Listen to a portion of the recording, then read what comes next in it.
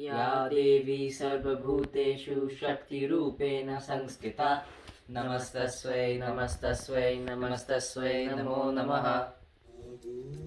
Ladies and gentlemen, we would like to start our 2020 Mahalaya celebrations today by welcoming you all on behalf of our charitable cultural organization called Sharod. Namaste. We are the Mukherjee brothers from Swindon. I'm Adwit Mukherjee. And I'm Ashmit Mukherjee. Come autumn and Hindus all over the world, get infused with festive fervor, and for Bengalis, Mahalaya is the signal to make the final preparations for the greatest festival, Durga Puja. My brother, can you please tell me what is Mahalaya? Sure. Well, Mahalaya is an auspicious occasion observed 7 days before the Durga Puja. It heralds the advent of Durga, the goddess of supreme power. It's a kind of invocation or invitation to the mother goddess to descend to earth.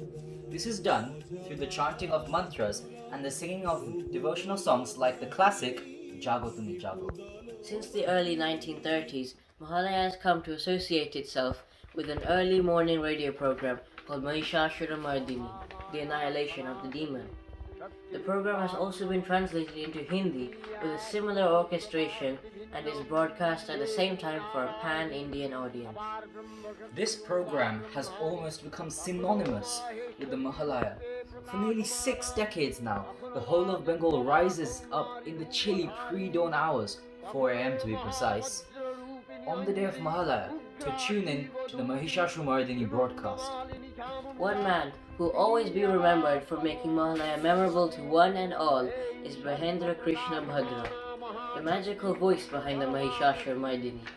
The legendary narrator, he recites the holy verses and tells the story of the descent of Durga to earth in his inimitable voice. In a reverberating voice, Birendra Bhadra reads the Mahalaya recital for 2 thrilling hours, mesmerizing every household with the divine, as Bengalis submerge their souls in moments of prayer. For the benefit of those who are unfamiliar with the fantastic legend of Mahishasura Mardini, we'll give you a brief background. Mahishasura was a very powerful and very cruel Ashur, meaning demon. He wanted to be the supreme, all-powerful ruler of all 3 realms. This included Shorgo, which was heaven, Morto, which is earth, and Patal, which was hell.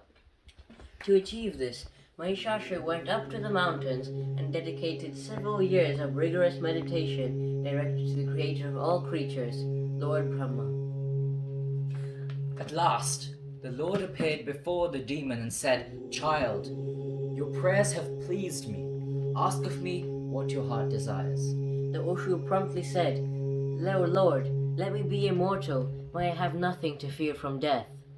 The Lord smiled and said, "That's not possible. It is an inevitable principle that all creation must have an end. Immortality is not within my power to grant. Anything else than this impractical request, ask and it shall be yours." Mahishasura said, "Since it's not possible for me to be immortal, may I not die at the hands of men, may I not die at the hands of devas, and may I not die at the hands of the great Trinity. This shall be as good as being immortal." With this newly obtained indomitability, Mahishasura went on a rampage, conquering, destroying, and killing anyone who would oppose him. He even defeated the gods and snatched the throne of Indra, the king of gods. Unable to tolerate this tyranny, the gods pleaded with the Lord, Vishnu, to annihilate the demon. The trinity of Brahma, Vishnu, and Maheshwara came together to create a powerful female form, which is the only thing that Mahishasura wasn't protected against by Brahma's boon. This female form was our Devi Durga. With 10 arms, she was the mother of the universe and embodies the primeval source of all power. 10 of the most powerful gods then bestowed upon this supreme creation their individual blessings and superweapons. Armed as a warrior, the goddess rides a lion to battle with Mahishasura. After fierce combat, the Durgati Nashini is able to slay the Ashur king with her trident. Heaven and earth rejoice at her victory. Since then, till today, we celebrate this grand victory with the mantra narration which ends with the mankind's reverence to the supreme power. Ya Devi Sarvabhuteshu Shakti Rupena Sanskita Namastasvai Namastasvai Namastasvai Namo Namaha.